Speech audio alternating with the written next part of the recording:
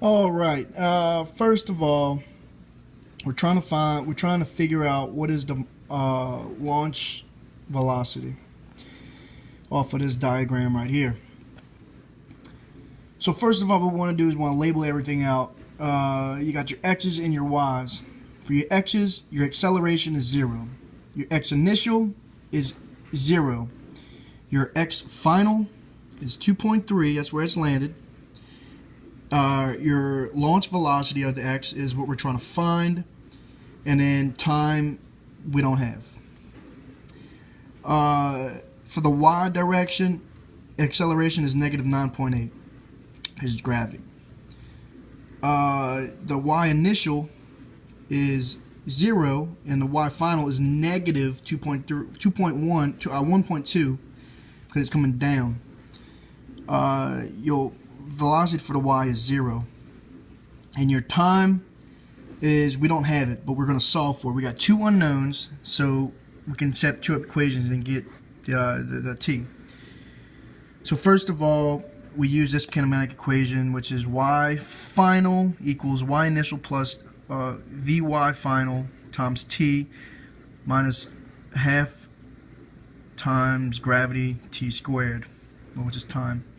So we just plug in the numbers. Y final is negative 1.2 equals, that cancels out, so that just gives you negative 1/2 times 9.8, which is gravity t squared.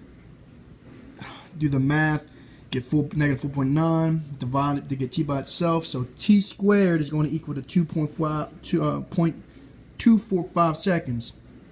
If you square that to get t by itself, you get a plus or minus 0.495 seconds.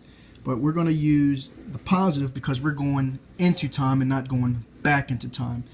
Because time is parabola. We will see that from here, for the time it took from here to here is 0.495 seconds. But if we go back in time, the time it would have took for it to hit over here is negative 0.49 seconds. 0.495 seconds.